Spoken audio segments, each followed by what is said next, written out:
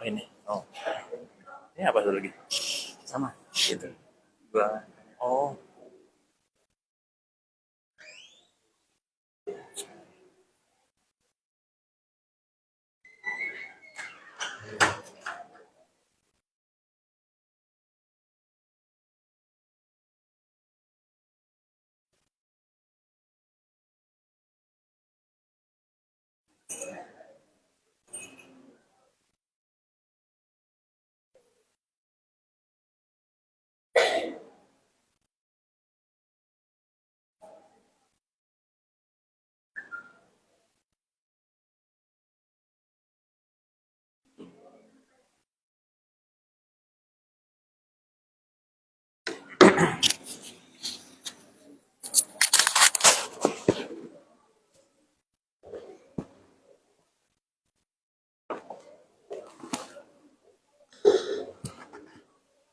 tes 1, 2, 3. Bismillahirrahmanirrahim. Assalamualaikum warahmatullahi wabarakatuh. Alhamdulillahirabbil alamin. Wa bihi nasta'inu ala umuri dunya waddin. Salatu wassalamu ala asyrafil anbiya'i wal mursalin. Sayyidina wa maulana Muhammadin wa ala alihi wa sahbihi ajma'in, amma ba'd. Bapak-bapak dan ibu-ibu jamaah salat subuh Masjid Darun Ni'mah yang dicintai oleh Allah Subhanahu wa taala. Alhamdulillah kita bisa berjumpa lagi di tempat yang mulia sekaligus waktu yang mulia pada hari ini. Dan Pak Yordan minta saya menyampaikan materi ini. Padahal sebenarnya materi ini sudah pernah saya sampaikan kurang lebih pertengahan tahun yang lalu di sini. Tapi kalau sekarang pakai infocus, jadi lebih belajarnya lebih enak ya, lebih enak. Dan juga insya Allah nuansanya berbeda dan materinya juga sedikit berbeda. Dan ini materi yang penting sekali. Yang menarik dari hadis ini nanti ini saya share, ada terjemahannya nanti. Cuma kalau terjemahannya ditampilkan di sini nggak bagus, terlalu kecil. Ini hadis yang berkaitan antara Ramadan dengan amaliyah-amaliyahnya. Karena Nabi Shallallahu Alaihi Wasallam ajwadan nasi bil khairi, adalah Nabi Shallallahu Alaihi Wasallam itu adalah orang yang paling dermawan, ya, orang yang paling dermawan. Wa kana ajwadu ma yakunu fi Ramadan. Dan paling dermawannya itu lebih lagi, lebih hebat lagi pada bulan Ramadan. Jadi kalau kita baca nanti hadis ini itu menerjemahkannya macam-macam. Ajwada atau ajwadu lebih banyak diterjemahkan sebagai dermawan, tapi ada juga yang menerjemahkan yang paling lembut hatinya. Tapi kalau melihat dari penjelasan syarah Sahih Muslim dari Imam An-Nawawi, yang dimaksud dengan ajwada di sini adalah dermawan. Jadi kita mengambil definisi tersebut, yaitu apa? Paling dermawannya saat bulan Ramadan. Hina yalqahu Jibrilu fayudarisahul Quran, yaitu pada saat Ramadan, pada saat Jibril itu menemui Rasulullah untuk mengajarkan Quran. Wa kana Jibrilu alaihi salam yalqahu kulla lailatin fi Ramadan hatta yansalih. Dan adalah Jibril alaihi salam ya menemui Rasulullah setiap malam pada bulan Ramadan hingga Ramadan itu berakhir. Nah, jadi ini tiap malam itu Jibril alaihissalam menemui Rasulullah Shallallahu Alaihi Wasallam, kemudian ya'ridu alaihi Nabi Shallallahu Alaihi Wasallam Al-Quran, dan pada saat tersebut Rasulullah itu diajarkan Al-Quran, bentuknya mengimla ya. Rasulullah baca dan bacaannya dicek oleh Jibril alaihissalam. Fa'idza laqiyahu Jibril alaihissalam, perhatikan di sini ini intinya lagi, dan ketika ya Jibril alaihissalam menemui Rasulullah Shallallahu Alaihi Wasallam, karena ajwada bil khairi minarihil mursalah, adalah Rasulullah itu sangat dermawan, dan dermawannya itu seperti angin yang berhembus. Hadis sahih riwayat Bukhari dan Muslim. Jadi Bapak Ibu sekalian, dari hadis ini Imam An-Nawawi dalam syarah Sahih Muslim mengatakan ada pelajaran-pelajaran penting dari hadis ini. Yang pertama adalah ada dua amaliyah Ramadan yang sangat penting. Apa Pak yang nampak di sini? Apa? Yang berkaitan dengan amaliyatul Quran, yang berkaitan dengan Al-Quran. Berarti tadarusan itu, itu bagus banget, itu sesuai dengan sunnah banget. Ada yang baca, ada yang ngecek. Kalau bisa, kalau tadarusan jangan cuma baca gantian, tapi memang ada satu yang memperbaiki dan mengecek bacaan. Nah, itu lebih sunnah lagi. Oke, satu yang kedua apa? Nah, berarti amaliyah yang kedua adalah dermawan, dan sangat dianjurkan untuk memperbanyak kedermawanan pada bulan Ramadan. Dan yang ketiga pelajarannya adalah bertambahnya kedermawanan ketika bertemu dengan orang soleh. Nah, kalau Rasulullah ketemunya malaikat Jibril alaihissalam. Kalau kita ketemu orang soleh itu, dan beberapa saat setelah berpisah, itu akan menjadi lebih dermawan. Berarti orang solehnya memberikan pengaruh, memberikan taksir ya kepada kita. Nah, begitu pada saat ini. Jadi perhatikan yang terakhir, karena ajwada bil khairi minarihil mursalah. Apa maksudnya seperti angin yang berhembus? Maksud pertama adalah angin itu kan lewat aja. Jadi kalau Rasulullah dapat rizki, lewat, disalurkan. Dapat rizki, disalurkan kepada orang banyak. Itu maksud yang pertama. Maksud yang kedua adalah rihil mursalah. Ini maksudnya adalah angin itu akan bisa dirasakan oleh orang banyak.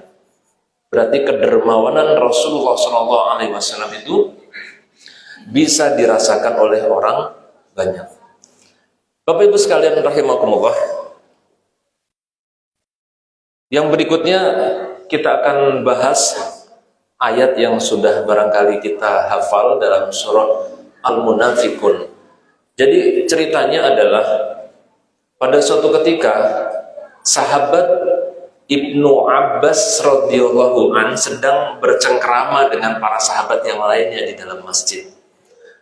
Dan lantas suatu ketika Ibnu Abbas berkata, perhatikan di sini, siapa yang telah memiliki harta cukup uang, ya cukup uang untuk berhaji atau berzakat, tapi dia tidak menunaikannya, kelak saat dia mati dia akan menyesal dan minta dikembalikan ke dunia. Itu kata Ibnu Abbas radhiyallahu anhu.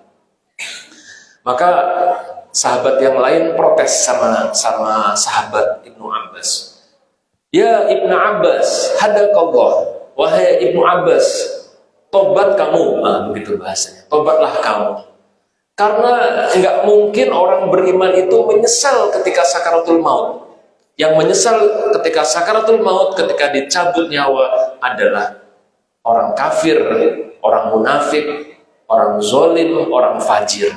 Kata sahabat yang lain. Maka Ibnu Abbas hanya berkata, baiklah, aku bacakan kepadamu satu ayat Quran. Maka beliau membaca ayat ini. Wa anfiqu mimma razaqnakum min qabli ayyatiya ahadakumul mautu fayaqula rabbi laula akhartani ila ajalin qarib fa asaddaqa wa akum minas solihin. Diam, sahabat terdiam. Jadi Bapak Ibu sekalian, jangan sampai terjadi suatu ketika tanpa kita sadari ajal itu mendatangi kita. Kita yang bertemu dengan ajal, maut, atau maut yang mendatangi kita.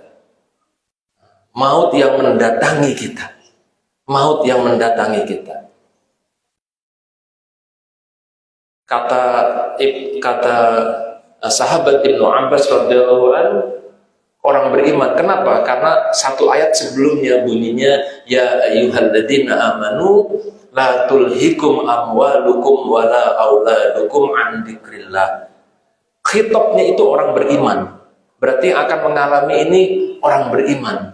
Dan kita insya Allah adalah orang-orang beriman. Jadi jangan sampai Bapak Ibu sekalian terjadi hal ini ketika saat terjadinya ajal. Allah berfirman wa anfiqu. Ini fi'il amr, kata kerja perintah untuk kita semua, bentuk jamak, ada waw jamaknya, wa anfiqu minma, ya, minma, min berarti sebagian, min maknanya tabaid, sebagian bisa 2,5%, bisa 5%, bisa 7%, bisa 10%, boleh 20%, terserah. Min, ma dari apa-apa yang rozaqnakum, yang kami telah rizkikan kepada kamu. Fi'il madhi. Apa yang Allah rizkikan? Gaji, apalagi bonus, THR, keuntungan bisnis, termasuk juga waktu kita diberikan keluarga, semua rizki dari Allah. Nah, yang perlu diinfakkan adalah yang sifatnya adalah materi, ya, termasuk jangan lupa aset. Itu mimma rozaqnakum min qabli, sebelum ayyatia datang ahadakumul mautu. Coba Bapak Ibu perhatikan, halo, ahadakum. Ahadakum itu dua kata, ahada dan kum, betul ya? Ahada dan kum. Saya tanya, ahada itu akhirnya fathah atau domah? Fathah, betul ya? Ahada fathah. Berarti kalau dia fathah, dia adalah mansub. Kalau mansub berarti maf'ulun bih, artinya objek. Jadi kita ini objek, ya, objek yang apa? Yang didatangi. Kemudian al-mautu akhirnya domah atau fathah. Domah, al-mautu berarti dia marfu', dialah fa'ilnya. Dialah subjeknya yang bergerak, yang melakukan. Berarti yang mendatangi kita ini adalah al-mautu, maut yang mendatangi kita. Ya. Dan ini sesuai dengan hadis ainama takunu yudrikumul mautu walau kuntum fi burujin musyayyadah. Bukan hadis, ini ayat. Jadi kemanapun kamu berada, dimanapun kita ngumpet, mau pergi kemanapun, maka al-maut itu akan mendatangi kamu. Walaupun kamu ini fi burujin musyayyadah, berada di benteng yang kokoh. Maka nggak ada sampai sekarang teknologi apapun yang bisa mencegah dari maut. Suatu ketika pasti akan terjadi Bapak Ibu. Kita ngomong sekarang mempersiapkan masa depan, nih masih muda-muda, udah habis waktu pengen mempersiapkan masa depan. Nah, kita nih yang udah tua udah tahu Pak ya masa depannya seperti apa. Ya masa depannya kayak begini, nggak ada apa-apa setelah tua ini ya Pak. Ya ini beginilah ini. Tapi masa depan yang pasti apa? Al-maut, kuburan. Datangnya malaikat pencabut nyawa, itu pasti. Nah, jangan sampai Bapak Ibu sekalian, ketika saat dicabut tadi kita seperti yang digambarkan dalam ayat ini. Apa? Fayaqul. Jangan sampai kita mengatakan Rabbi laula akhartani ila ajalin qarib. Ya Tuhanku, laula, kalau dalam bahasa Arab lam lau di sini maknanya lam tamani. Kalau seandainya, tapi nggak mungkin. Wahai Tuhanku, mbok ya diundurkan ajalku sebentar saja, 5 menit saja, 10 menit saja, karena menyesal. Ada zakat yang belum dibayarkan, menyesal infaknya belum cukup banyak, menyesal ada hutang yang kita sudah sanggup bayar, kita belum bayarin, nyesal. Dan ternyata, kalaupun kita dikasih waktu 5 atau 10 menit, kita tidak akan gunakan untuk nemuin istri tercinta, nemuin suami tercinta, bahkan menemui ibu tercinta. Tidak. Apa yang kita lakukan? Fa'as-sodaqo.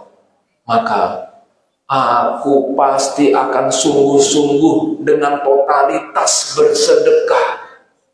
Berarti maknanya juga apa? Kalau perlu semua harta aku sedekahkan saat tersebut. Tapi nasi sudah menjadi bubur, nggak bisa lagi diundurkan. Ya nggak bisa lagi. Kalau sudah masuk waktunya ajal, la yastakhiruna sa'atan wa la yastaqdimun, tidak mungkin dimundurkan maupun dimajukan. Coba kalau pun dikasih saat ini Bapak Ibu sekalian, di Pondok Kelapa banyak kuburan, mereka semua ini ahlul kubur. Saat ini iri banget sama kita, sangat iri. Ya Allah, enak banget dia masih hidup. Ya Allah, nyesel saya dulu ketika hidup tidak melakukan sedekah. Itu Bapak Ibu sekalian, mereka nyesal sekali. Jangan sampai kita pada saat tersebut kita dalam posisi yang menyesal. Apalagi tadi Ibnu Abbas mengatakan secara spesifik, siapapun mukmin yang punya uang dan dia tidak bayar zakat dan tidak berhaji, ini 2 adalah rukun Islam. Kalau rukun, dia akan menggugurkan keislamannya kalau tidak dilakukan dengan syarat dia mampu. Rukun begitu, tidak bisa diganti dengan yang lain. Maka ayo, yang sudah punya uang, jangan sampai ada zakat yang tidak terbayarkan. 1. Yang kedua, jangan sampai kita saat ini belum punya planning pergi haji. Bapak Ibu daftar sekarang saja masih 20 atau 25 tahun lagi. Paling enggak udah buka itu tabungan haji. Ya, sudah buka ke bank-bank syariah, buka. Kalaupun ajal sudah datang duluan, kita bisa alasan sudah buka, ya Allah, belum tiba saja waktunya. Paling enggak.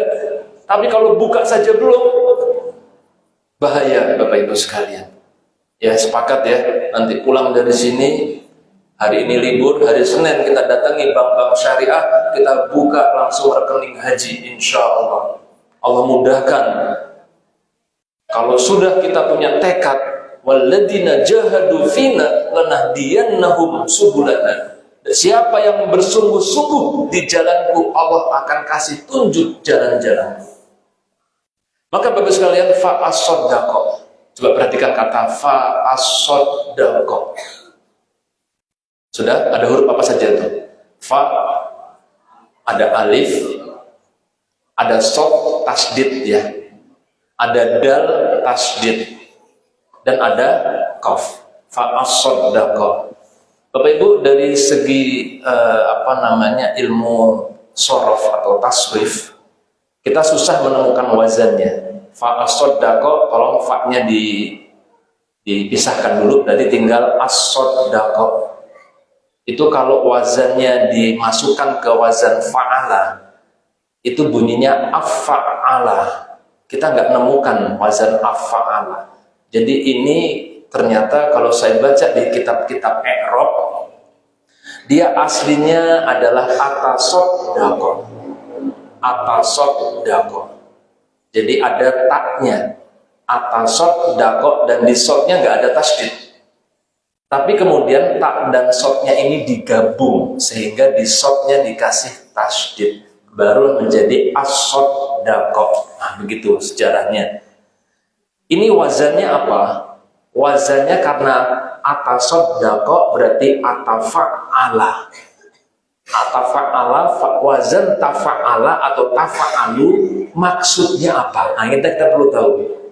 Maksudnya adalah tafa'ala ini artinya dengan sungguh-sungguh, dengan totalitas. Itu maknanya tafa'ala. Sama kalau dalam bulan Ramadan kita tahu ada surah Al-Qadar. Tanazzalu alaihimul malaikatu waruhu. Ya, tanazzalu itu tafa'alu, tafa'ala. Jadi kita memahami pada saat ini siapa yang turun, al-malaikatu dan ar-ruhu. Ruh ini malaikat Jibril turun pada saat Lailatul Qadar dengan tanazzal, berarti turunnya dengan rapi, dengan penuh cinta, masif, serius, menyebar kasih sayang. Itu maksudnya tanazzal. Maka kalau tadi apa? Atasoddaqo menjadi as-soddaqo, artinya sedekahnya itu benar-benar dengan penuh cinta, dengan penuh keridoan. Nah, itu dia. Wa akum minas sholihin, dan akan menjadi orang yang soleh. Maka kesimpulannya Bapak Ibu, jangan sampai kita semua ini datang saatnya ajal dan kita saat itu nyesel. Jangan sampai. Mumpung belum datang ajal, karena belum tentu juga kita akan ketemu Ramadan 1445 Hijriah sebelum pemilu nanti. Jadi pemilu dulu apa? Oh, pemilu dulu, habis pemilu baru ya. Pemilu aja belum tentu ketemu, belum tentu nyoblos Bu nanti Bu. Apalagi Ramadan. Ini kesempatan Bro. Kita bayangkan ini Ramadan terakhir kita, maka kita saat ini siap untuk berinfak, bersedekah dan berzakat. Nah, Bapak Ibu sekalian, keajaiban dari sedekah ini sangat luar biasa. Luar biasa. Di antaranya hadisnya, man nafasa an mu'minin kurbatan min kurabid dunya. Barang siapa man nafasa memberi napas. Napas itu memberikan kelonggaran, membantu maksudnya. Barang siapa membantu an mu'minin, kepada seorang beriman, seorang saja, nggak usah banyak-banyak, satu orang saja. Ini mukmin itu mufrad, ya, dia mufrad. Kalau mukminun baru jamak. Barang siapa membantu seorang mukmin kurbatan, satu persoalan saja, membantu satu persoalannya, apakah belum bayar utang, apa kelaparan atau kesulitan apapun, satu kesulitan saja. Min kurabid dunia, di antara kesulitan-kesulitan dunia, maka nafasallahu anhu kurbatan min kurabi yaumil qiyamah. Maka Allah akan membantu kesulitan kamu, kesulitan kita di hari kiamat. Subhanallah. Satu lagi, waman yassara ala mu'sirin, barang siapa yang memudahkan satu kesulitan, mu'sirin lagi-lagi bentuk singular, bentuk mufrad, memudahkan satu kesulitan saja, yasarallahu alaihi fid dunya wal akhirah, maka Allah akan memudahkan urusannya di dunia dan akhirat. Bapak Ibu, yasarallahu, perhatikan yasarallahu, yasaro ini fi'il madhi. Padahal kalau urusan akhirat sekarang atau nanti. Tapi dalam bahasa Arab, kalau urusan nanti memakai fi'il madhi, itu artinya pasti. Artinya adalah suatu kepastian. Berarti Allah pasti akan memudahkan urusan kita di dunia dan di akhirat, bahkan di dunia ini. Maka Bapak Ibu, kalau kita banyak kesulitan dalam hidup kita, kesulitannya apa? Kesulitan itu aja Pak. Harta, tahta, wanita. Nah, itu. Wanita berarti istri kita sulit. Enggak Bu, yang usah dibilang sulit. Ya, atau suami kita, pasangan hidup kita, anak-anak kita. Begitu. Kalau mengalami kesulitan, coba. Kalau kita ingin, ini janji Allah, ingin dimudahkan, caranya adalah dengan apa? Membantu orang lain. Memudahkan urusan orang lain. Hadis sahih riwayat Muslim. Bapak Ibu, ternyata keajaiban itu ada pada sedekah kita. Berbagai macam keajaiban itu terjadi. Dan ini dalam sebuah hadis riwayat Imam Tabrani Rasulullah SAW bersabda, hasinu amwalakum bizakah. Coba, ini menarik sekali. Hasinu itu artinya adalah lindungi, proteksi. Kita selama ini proteksi pakai apa? Pakai asuransi, ya Pak ya, pakai asuransi. Logikanya kenapa dengan zakat itu bisa memproteksi harta kita? Karena begini, kita kan orang beriman, ya Pak ya. Insya Allah kita semua orang beriman, betul ya.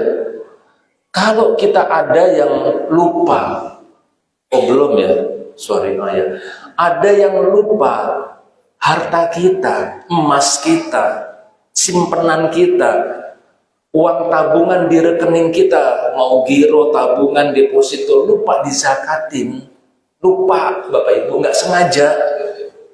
Itu Allah begitu sayang sama kita, sayang beliau. Oh nih kasihan nih Pak Fulan belum zakat, ya udah diambil hartanya Bapak Ibu sama Allah. Bentuknya apa? Kecopetan, kecurian, anak sakit butuh biaya banyak, anak bandel kena narkoba, kena polisi, buat nebus polisi nggak murah. Ya kadang-kadang kalau tahu orang tuanya mampu ya bisa puluhan juta juga itu. Nah, berarti ini bagus ya, orang-orang tua kita dulu ngajarin kalau ada musibah coba introspeksi hidup kita, apa ada yang belum dizakati. Nah berarti zakat itu melindungi harta kita, gitu Bapak Ibu sekalian mikirnya.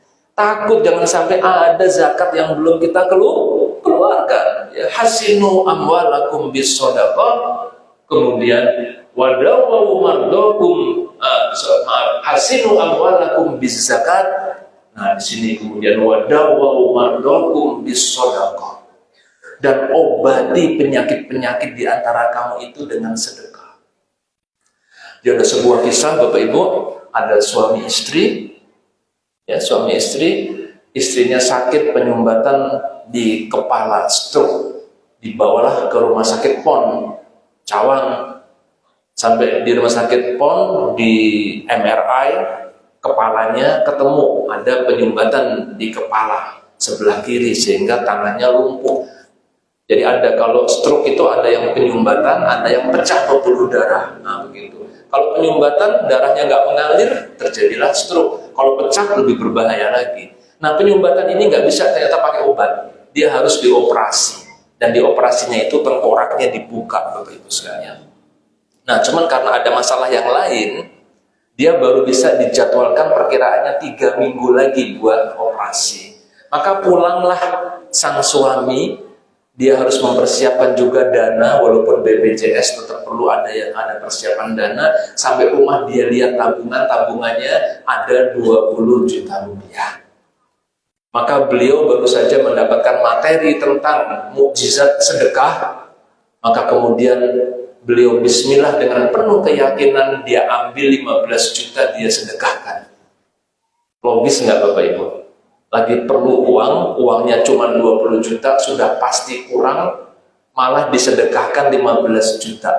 Ini kalau orang Jawa bilang wong gemblung. Ya, nggak, kalau mungkin orang lain tahu, ibunya, mertuanya tahu, gemblung dasar gitu, lagi butuh uang, malah disedekahin 15 juta. Tinggal menyisakan 5 juta. Maka kemudian 3 minggu kemudian dia bawa lagi istrinya ke rumah sakit PON, di MRI lagi. Kata dokter, Bapak ajaib, bersyukur sama Tuhan katanya, bahwa ternyata penyumbatan pembuluh darahnya sudah nggak ada, udah nggak perlu dioperasi lagi. Wadawu mardokum bis shadaqah, obati penyakit-penyakitmu dengan sedekah. Jadi kalau ada di antara kita yang sakit, coba salah satu obat yang manjur ini dengan sedekah, insya Allah. Dan kita niatkan sedekah kita ini kita tawasulkan. Jadi tawasul itu syariah Islam Bapak Ibu sekalian, ya. Dan tawasul yang sahih hadisnya, yang tidak ada perdebatan para ulama, tawasul dengan amal soleh, dengan sedekah. Nah, jadikan sedekah, niatkan buat kesembuhan penyakit kita atau penyakit saudara kita, pasangan hidup kita, orang tua kita, insya Allah. Wadawu mardakum bis-shadaqah wa a'iddul lil bala'i du'a. Dan kemudian cegahlah bala itu, musibah itu dengan doa. Nah, baik. Maka Bapak Ibu sekalian, itu hebatnya zakat dan sedekah. Kisah nyata yang saya alami. Saya dulu banyak mengelola proyek-proyek APBN dahulu tahun-tahun 2005 sampai 2011. Nah, biasanya kalau sudah bulan Juni itu udah mulai banyak dapat tuh, harusnya tuh. Juni, Juli udah mulai banyak dapat ya. Tapi pas saat itu udah Agustus kok belum juga goal proyek-proyek saya gitu, nggak ada yang dapat. Maka saya merenung, iya ada harta saya yang belum saya zakati. Maka saya keluarkan zakatnya. Baru habis itu Bapak Ibu, dapat proyek. Nah, luar biasa. Itu Allah begitu sayang sama kita itu. Kenapa? Baru dikasih rizki sebesar itu saja sudah lupa, ya. Sudah lupa, nggak dizakatin. Maka Allah tahan dulu, gitu kan? Allah tahan dulu. Kan sebenarnya kalau Allah kehendaki kita ini sukses, kaya dan sebagainya, gampang saja bagi Allah, nggak ada yang susah, gampang banget. Cuma kadang-kadang kita ini belum memantaskan diri kita, gitu ya. Baru juga punya rizki sedikit, udah tambah bakhil, tambah pelit. Baru dapat sukses sedikit, udah tambah sombong, ya kan? Baru kita punya rizki sedikit, ketaatan kita makin berkurang kepada Allah Subhanahu Wa Taala. Udah dikasih kelebihan harta, utang belum dibayar, banyak yang begitu. Berarti udah ketahuan orang yang seperti ini nggak pantas kaya. Maka Allah menahan, dan itu untuk kebaikan kita sebenarnya. Karena apa? Lebih banyak orang susah dengan kesabarannya masuk surga daripada orang yang berkecukupan, berkelimpahan dengan kesyukurannya masuk surga. Jadi Allah Maha tahu kita belum pantas Bapak Ibu. Maka kalau kita mau, pantaskan diri kita, ya. Jadi dengan kita tambah rizki, kita tambah sedekah, kita tambah dermawan. Baik, nah Bapak Ibu sekalian, ini bulan Ramadan, pahala dilipat gandakan. Bapak Ibu sudah mafhum. Berapa kali lipat? 700 kali lipat. Bisa bahkan 30.000 kali lipat. Kalau Lailatul Qadar kan 30.000 kali kan? 1000 bulan kali 30.000 kali lipat. Bahkan ulama berbeda pendapat, itu yang dihitung malamnya saja atau malam dan siang. Tapi lebih banyak mengatakan termasuk siangnya. Subhanallah. Bisa 100.000 kali lipat. Sholat di Masjidil Haram, kita umroh, makanya umroh di bulan Ramadan, Masya Allah. Semoga Allah memudahkan kita yang bisa umroh di bulan Ramadan, seperti berhaji bersama Rasulullah SAW. Subhanallah. Bahkan lebih dari itu. Kenapa? Karena bulan Ramadan, puasa di bulan Ramadan, wa ana ajzi bihi. As-sawmu li wa ana ajzi bihi. Pertanyaannya Bapak Ibu sekalian, kira-kira pahala-pahala tersebut ada nggak yang lebih besar lagi dibandingkan itu? Kira-kira Bapak Ibu, tadi di Masjidil Haram itu berapa kali? 100.000 kali. Kalau di Masjid Nabawi 1000 kali. Kira-kira kalau kita iktikaf di sana, tarawih di sana, qiyamul lail di sana, sholat 5 waktu di sana, pahalanya gede nggak Bapak Ibu? Besar ya? Besar. Udah jelas gede banget. Makanya kita pengen. Tapi mari kita lihat hadis berikut ini Bapak Ibu sekalian. Dari Ibnu Umar, anna rajulan, ada seorang laki-laki, seseorang, ja'a ila Rasulillah sallallahu alaihi wasallam, mendatangi Rasulullah sallallahu alaihi wasallam. Kemudian faqala, dan berkata, ya Rasulullah, wahai Rasulullah, ayun nasi ahabbu ilallah. Siapa orang yang paling dicintai oleh Allah Subhanahu wa taala? Wa ayyul a'mali ahabbu ilallahi azza wa jalla. Dan amal apa yang paling dicintai oleh Allah Azza wa Jalla. Perhatikan, siapa yang paling dicintai dan amal apa yang paling dicintai. Faqala Rasulullah sallallahu alaihi wasallam, dan berkata Rasulullah sallallahu alaihi wasallam, ahabbun nasi ilallahi anfa'uhum linnas. Yang Allah yang paling dicintai Allah adalah yang paling bermanfaat bagi manusia. Jadi yang paling Allah cintai di sini, siapa yang paling membawa manfaat bagi manusia. Maka kita harus bercita-cita, Bapak Ibu sekalian, kita menjadi orang-orang yang bermanfaat bagi sekitar kita. Terutama bagi keluarga kita, bagi tetangga kita, bagi masyarakat di sekitar kita. Yang mereka mendapatkan manfaat dari kita. Jangan sampai kita ini menjadi orang yang wujuduha ka'adamiha. Kehadiran kita ini sama aja dengan ketidakhadirannya. Jadi ada dia apa enggak sama aja. Tapi yang lebih bahaya lagi, jangan sampai kita ini menjadi orang yang ketidakhadirannya diharapkan oleh manusia. Mendingan nggak ada deh dia deh. Kalau ada dia mah troublemaker, reseh. Nah, jangan sampai demikian. Kalau nggak ada malah disyukuri. Na'udzubillah min dzalik. Kalau itu sampai terjadi, ya, jangan sampai. Berarti yang paling Allah cintai siapa? Orang yang paling memberi manfaat bagi manusia. Ya. Kemudian, wa ahabbul a'mali ilallahi, dan amal yang paling dicintai oleh Allah Subhanahu wa taala, perhatikan. Sururin tudkhiluhu ala muslimin. Nyenengin hati seorang muslim, bikin senang hatinya, Bapak Ibu, nyenengin hati. Gimana orang jadi bahagia, jadi senang? Waduh, simple. Dan ini nggak selalu pakai materi, nggak selalu pakai uang. Dia lagi kesulitan, kita bantu, atau sekedar senyum saja sehingga mencerahkan harinya. Maka dikatakan tabassamu kali wajhil akhihi shadaqatan. Tersenyum kepada saudaramu itu adalah sedekah. Oke, pertama apa? Membahagiakan hati seorang muslim. Au takshifu anhu kurbatan, atau membantu kesulitan, satu kesulitan seorang muslim. Maka kita adalah harusnya menjadi orang-orang yang helpful, orang yang ringan membantu. Jangan sampai ada orang yang kesulitan. Maka kalau kita masak, Bapak Ibu, yang baunya kemana-mana, nggak akan mencium bau surga. Kalau ada di sekelilingnya para tetangganya yang kelaparan, sedangkan kita masak dengan berkelebihan. Kita harus tahu berarti lingkungannya. Ini peran juga Pak RT, ya, harus tahu betul siapa-siapa daripada warganya yang kesulitan. Au taqdi anhu dinan, atau menyelesaikan hutangnya. Baik itu hutang sama kita ringankan, kita bebaskan, atau hutang kepada orang lain kita bantu pelunasannya. Autotrodu anhu ju'an, atau menghilangkan kelaparannya dengan memberi makan. Perhatikan berikutnya, Bapak Ibu, ini luar biasa. Li'an amsyiya ma'a akhili fi hajatin.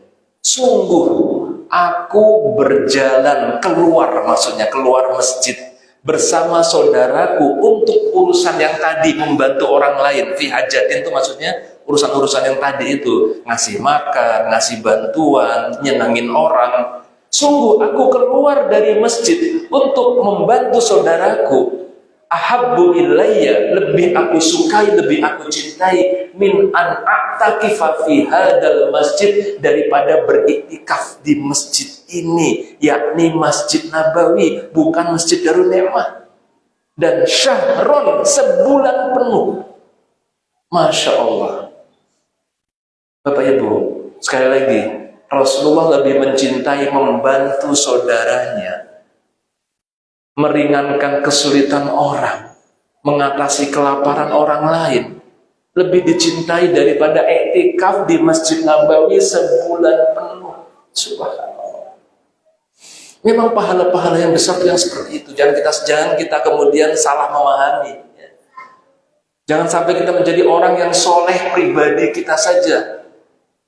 Baca Qur'annya hebat, qiyamul lailnya hebat, tapi tidak memberikan manfaat bekas kepada orang lain. yang pahalanya besar seperti itu. Maka di bulan Ramadan ini, pahala itu bukan saja dengan ibadah-ibadah kita, tapi yang lebih hebat lagi adalah kepedulian kita kepada orang lain. Dan kemudian saya percepat saja bahwa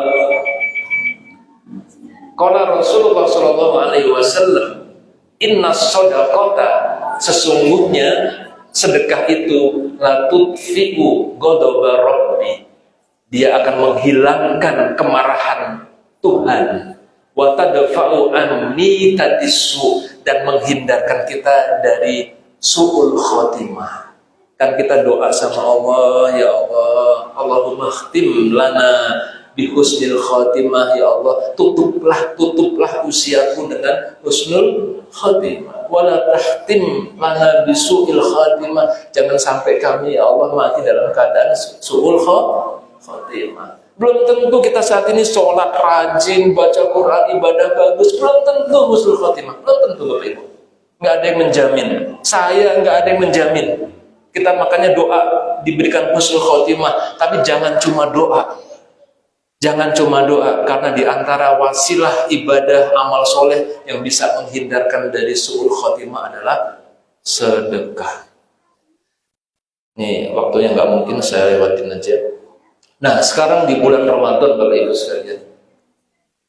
Nah, kita bagaimana? Bagaimana sih kok ngomongin sedekah? Saya buat makan sehari-hari saja susah. Ada yang berpikiran begitu, Bapak Ibu? Mari kita bahas hadis ini. Man tasaddaqa, hadisnya sahih riwayat Bukhari. Man tasaddaqa, barang siapa yang bersedekah bi adli tamrotin dengan sebutir kurma. Cuma sebutir kurma ya Bapak Ibu ya. Min kasbin thayyibin, dari harta yang baik, yang halal. Karena apa? Wala yaqbalullahu illa thayyiba, karena Allah tidak menerima sedekah itu melainkan hanya dari harta yang baik. Wa innallaha yataqabbaluha biyamini, Allah itu akan menerima sedekah kita ini dengan tangan kanannya. Jangan mujasim, jangan bayangkan Allah terima dengan tangan kanan. Maksudnya akan menerima dengan penuh keridhaan. Walaupun kita hanya sedekah dengan apa? Sebutir biji kurma. Innallaha yataqabbaluha biyamini. Nah, perhatikan, summa yurabbiha li sahibihi. Kemudian Allah akan memelihara, menjaga sedekah kita yang berupa sebutir kurma tadi, akan dijaga sama Allah. Apa? Yurabbiha. Maknanya murabbiha ini adalah menjaga, memelihara untuk pensedekahnya, untuk orang yang bersedekah. Kama yurabbi ahadukum faluwahu, seperti seseorang di antara kamu itu memelihara kuda dari kecil sampai besar. Hatta takuna mislal jibal, hingga yang tadinya sebesar biji kurma hingga sebesar gunung. Subhanallah. Nanti di yaumil akhir ada, dan insya Allah juga di antara kita ini orang yang heran, kita dapat pahala sebesar biji gunung. Pahala apa itu? Aku tidak pernah melakukan amal apapun yang besarnya sebesar biji gunung, tapi ternyata itu adalah karena sedekah kita yang hanya sebesar biji kurma, Bapak Ibu sekalian. Dan ini bisa dilakukan oleh siapapun. Ya, bisa dilakukan oleh siapapun. Kenapa? Ini hadis Musnad Imam Ahmad yang disahihkan juga oleh Albani dan lain-lain. Ini perhatikan, kurang lebih artinya begini. Ada seseorang bertanya kepada Rasulullah, ya Rasulullah, saya punya 100 dinar, saya sedekahkan 10 dinar. Dan ada orang lain punya 10 dinar, dia sedekahnya 1 dinar. Dan ada orang lain lagi punya 1 dinar, dia sedekahnya 1/10 dinar. Maka katanya adalah faqala Rasulullah SAW, dia bertanya, mana yang pahalanya lebih besar? Yang 10 dinar, 1 dinar, atau 1/10 dinar? Mana Pak yang paling besar pahalanya? Kira-kira Rasulullah mengatakan kullukum fil ajri sawaun, ketiganya dapat pahala yang sama. Sama pahalanya. Karena orang punya 100, sedekahnya 10. Orang punya 10, sedekah 1. Orang punya 1, sedekah 1/10. Kata Rasulullah, kulukum fi ajri sawa'un, kulukum tasaddaqu bi usri malihi. Karena masing-masing bersedekah 1/10. Jadi sedekahnya saya misalnya 100 juta dengan seseorang yang berkekurangan cuma sedekah 100.000, belum tentu lebih besar pahalanya 100 juta. Itu artinya keadilan Allah. Siapapun di antara kita ini bisa bersedekah, ya, dan bukan tergantung kepada nominal nilainya. Subhanallah. Maka Bapak Ibu sekalian, terakhir saya tutup bahwa nanti di hari akhir itu ada orang yang kaget sama pahalanya, ya.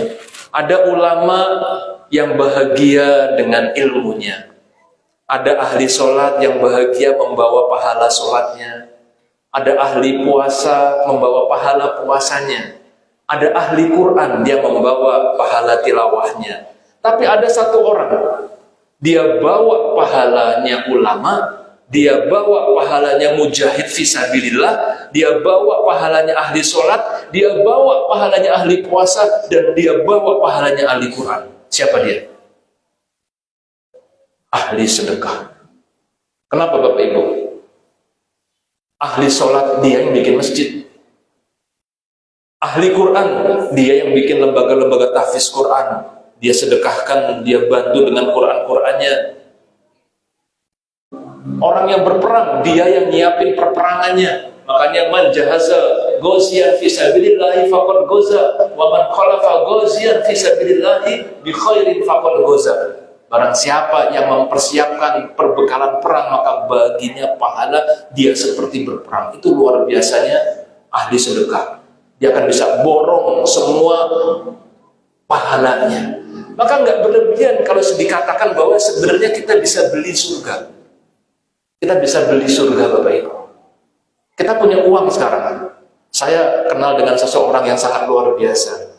Dia ketika masa jaya Bapak Ibu punya pesantren. Dia punya pesantren. Dia mau pesantren tersebut 100% fakir miskin, anak fakir miskin. Semuanya beasiswa. Pesantrennya ada 200 orang siswanya, 1 bulan itu 150 juta dia sedekahkan ke sana. Ya, begitu ya. Sekarang pertanyaannya Bapak Ibu, ini orang cerdas apa orang yang boros? Kita punya uang 100 miliar.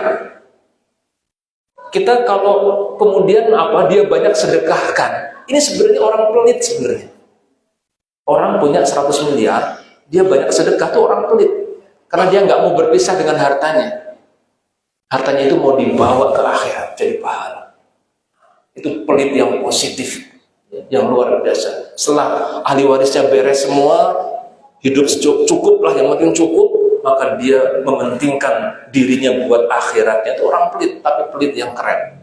Maka Bapak Ibu sekalian, mari di Ramadan ini kita menjadi orang-orang yang ahlus sedekah. Siap Bapak Ibu sekalian ya?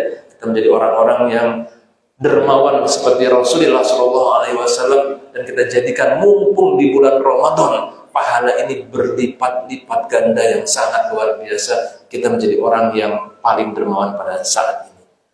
Demikian, lebih kurangnya mohon maaf. Assalamualaikum warahmatullahi wabarakatuh.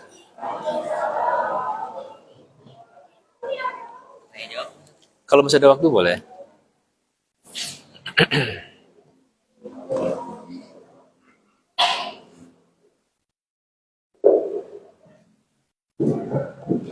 Assalamualaikum warahmatullahi wabarakatuh. Waalaikumsalam warahmatullahi wabarakatuh. Kalau kita punya harta, tapi harta itu tidak akan bisa dikatakan di mana. Gimana Pak? Maaf, ulangi lagi. Kita punya harta yang juga pasti bisa. Iya. Tapi kan harta ini ada kita ingin anak. Apakah ada kewajiban kita untuk menjaga harta yang dipakai? Terima kasih Pak. Ya, pertanyaan yang sangat bagus sekali. Sebelumnya ada yang bertanya sama saya, Ustadz, harta saya digunakan buat modal bisnis. Modal bisnis. Jadi modal berarti apa? Modal ya, digunakan buat bisnis. Atau ya kalau PT gitu kan dia masukin modal buat bisnis. Apakah untuk saham itu masuk kepada objek zakat atau tidak? Saya pada saat tersebut nggak bisa menjawab. Maka saya bertanya dengan Dr. Mawardi Muhammad Saleh, ya, yang sudah saya pernah ceritakan, seorang ulama lulusan Madinah University. Jawaban beliau tidak. Inilah kehebatan Islam, yang dia ini sangat memperhatikan harta yang berkah dan bertumbuh. Karena dengan kita masukin saham, dengan kita berusaha, akan menghidupkan banyak orang. Banyak orang dapat gaji dari sana. Itu nggak perlu. Nanti hasilnya baru disakatin, kalau saham. Tapi beda kalau reksadana, Pak ya. Kalau reksadana, karena biasanya mix antara yang tetap maupun yang sifatnya adalah investasi, maka itu kena. Tapi kalau saham, bisnis usaha, bikin toko misalnya, bikin toko mart, 212 mart dan sebagainya, bukan uang kita yang kita invest yang kena zakat, tapi yang kena zakat adalah zakat perdagangannya. Jadi atas inventorinya. Nah, bagaimana dengan hutang? Hutang juga ketika dalam rangka membantu orang lain, itu tidak dizakati. Jadi memang kita didorong untuk banyak membantu orang lain. Tapi itu semua bergantung pada niat. Bergantung sama niat. Ada seorang yang bertanya sama saya juga. Ketika sampai masuk bulan Sya'ban, saya beli rumah, Ustaz. Saya beli rumah. Apakah uang yang saya invest di rumah tadi kena zakat? Kalau beli rumahnya memang untuk ditinggalin, untuk kebutuhan, nggak ada masalah. Tapi kalau niat beli rumahnya untuk menghindar zakat, niat beli rumahnya buat menghindar zakat, nah itu menjadi masalah. Kenapa mesti dihindari zakat? Justru bersyukur kita ada yang dizakati. Semangat kita, alhamdulillah, aset saya banyak, zakat saya banyak. Semakin banyak, semakin bagus. Jangan menjelang Ramadan kemudian hartanya dialihkan kepada yang bukan dizakati. Kalau dialihkan jadi sedekah, infak sodakoh, wah keren, bagus ya. Jadi tergantung juga niat kita. Jadi kalau boleh saya jawab, insya Allah, kalau kita membantu orang lain, maka itu tidak dizakati. Ada lagi, Bapak Ibu? Ya, silakan.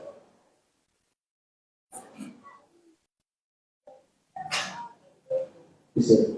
Tadi kita sedekah ya, itu yang utama saya rasa kita sedekah. Oke.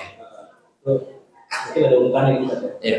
Nah itu utama. Terus terkait kalau kita berhutang gitu ya. Yang utama hutangnya dulu atau sedekahnya dulu. Terus tadi ada keutamaan umroh di bulan Ramadan ya. Iya. Sedangkan ini ada dana yang sebenarnya ada kebutuhan untuk keluarga gitu ya. Apakah untuk kebutuhan itu atau sebaiknya kita untuk Ramadan bisa? Ya, baik. 3 pertanyaan terakhir ya. Yang pertama, apakah ada prioritas dalam penyaluran zakat infak sedekah? Ya, Bapak Ibu. Pertama adalah kepada orang terdekat, itu yang menjadi prioritas pertama. Cuma kalau zakat tidak boleh atau kepada pasangan hidup kita, kepada orang tua kita 1 derajat, itu nggak boleh diambilkan zakat kita, nggak boleh. Kalau itu masuknya adalah sedekah saja. Kalau pada karena itu merupakan tanggung jawab kita. Tapi yang pertama orang terdekat, jangan sampai ada om, pak de, bude, keponakan dan sepupu dan lain-lain yang miskin tapi kita tidak bantu. Mereka lebih utama dibantu. Sekarang sama-sama ini adalah orang lain, sama-sama orang lain. Apakah ada prioritas? Ini ayatnya. Surah Al-Baqarah ayat 273. Infak dan sedekah itu diprioritaskan lil fuqara'il ladzina usiru fi sabilillah. Oke. Ada sama-sama mustahik. Dia layak diberikan zakat. Tapi yang satu sholat, yang satu enggak. Mana lebih prioritas? Yang sholat. Sama-sama sholat, Bapak Ibu. Sama-sama sholat, miskinnya sama. Tapi yang satu, dia betul-betul dia berjuang di jalan Allah Subhanahu wa Ta'ala. Dia ngajar ngaji, dia bantu orang fakir miskin dengan tenaganya, dia berdakwah. Satu lagi cuma soleh pribadi saja. Mana yang lebih prioritas? Nah, yang pertama tadi. Jadi ada prioritas. Lil fuqara'il ladzina usiru fi sabilillahi, untuk orang-orang fakir yang terikat di jalan Allah, la yastati'una darban fil ardi, dia tidak sanggup lagi untuk mencari nafkah karena hidupnya memang buat di jalan Allah. Yahsabuhumul jahilu agniya, orang-orang nggak tahu dia ini, dia nyangka dia kaya. Karena orang soleh itu dia punya karakter ifah. Apa ifah? Dia menjaga diri, tidak minta-minta. Ya, yahsabuhumul jahilu agniya minat ta'afuf. Nah, karena dia ini ifah. Ta'rifuhum bisimahum la yas'alunan nasa ilhafa. Kamu harusnya bisa mengenal mereka.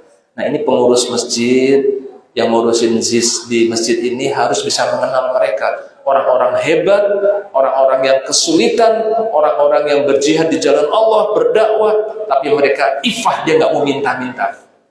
Tapi kita tahu nih orang ini butuh ini sebenarnya. Itu hebat kalau pengurus ZIS kita ini, lembaga ZIS kita ini bisa mengenali mereka. Gitu ya. Ini menjadi prioritas. Orang-orang soleh itu ifah, Pak, nggak mau minta-minta. Cuma karena nggak mau minta-minta, jangan sampai nggak ketahuan. Jangan sampai kita kemudian menelantarkan mereka. Dia harga dirinya kuat ya. Itu karena memang sifat yang mulia buat ifah. Yang kedua, mana diutamakan infak, zakat, sedekah, umroh dengan bayar hutang? Bayar hutang. Itu paling pertama, Bapak Ibu. Kenapa? Ekstrimnya langsung. Seorang yang syahid di jalan Allah, berperang saja, semua dosanya hapus, kecuali hutang. Maka jangan sampai kemudian kita menjadi orang yang kalau bisa meninggalkan hutang. Dan kita kemudian berdoa kepada Allah untuk kita itu terbebas dari hutang, ya. Kan yang doa kita apa? Allahumma inna na'udzubika minal hammi wal hazan, wa na'udzubika minal ajzi wal kasal, wa na'udzubika minal jubni wal bukhl, wa na'udzubika min ghalabatid daini wa qahri rijal. Nah, di antaranya adalah kita terlibat hutang. Jadi itu nomor prioritas untuk kita membayar hutang. Mana lebih penting? Tadi apa tadi? Umroh dengan perlu bantuan. Ya, tergantung konteksnya. Yang paling baik tentu adalah kita mampu, kita beri bantuan, kita umroh juga. Tapi kalau memang ada sangat terbatas antara umroh dengan memberi bantuan lebih utama. Akan tetapi biasanya nggak gitu-gitu banget gitu ya. Kenapa? Kita kan banyak pegawai kan. Kalau pegawai ini untungnya penghasilan kita tuh bisa diatur. Bahkan kita umroh bisa loh untuk mengatur cash flow. Niatnya bukan ngutang, ngatur cash flow. Beda. Kalau kita ngutang maksain, kita nggak sanggup, tapi kita maksain sehingga akan menzolimi istri kita, menzolimi keluarga kita, anak kita yang harus saya bayar sekolah nggak bisa. Nah itu nggak boleh, itu menzolimi. Tapi kalau dihitung cash flow-nya bisa sebenarnya. Nah, kita kredit di bank syariah boleh. Karena sebenarnya itu hitung-hitungannya masuk ya. Karena kita kan gaji itu tetap bisa dihitung. Nah, itu bisa diatur sebenarnya. Jadi jangan juga jadi alasan bahwasanya saya ini dulu bantu dulu jadi saya nggak umroh. Kalau gitu kapan umrohnya? Yang namanya orang di kanan kiri butuh bantuan kan banyak di mana-mana. Ya kan banyak. Tapi paling enggak kita ini ya sekali dua kali pernah umroh lah begitu ya, karena itu merupakan keindahan yang sangat luar biasa. Pas umroh minta sama Allah dibikin kaya, dibikin berkecukupan, insya Allah kabul Bapak Ibu sekalian, insya Allah kabul.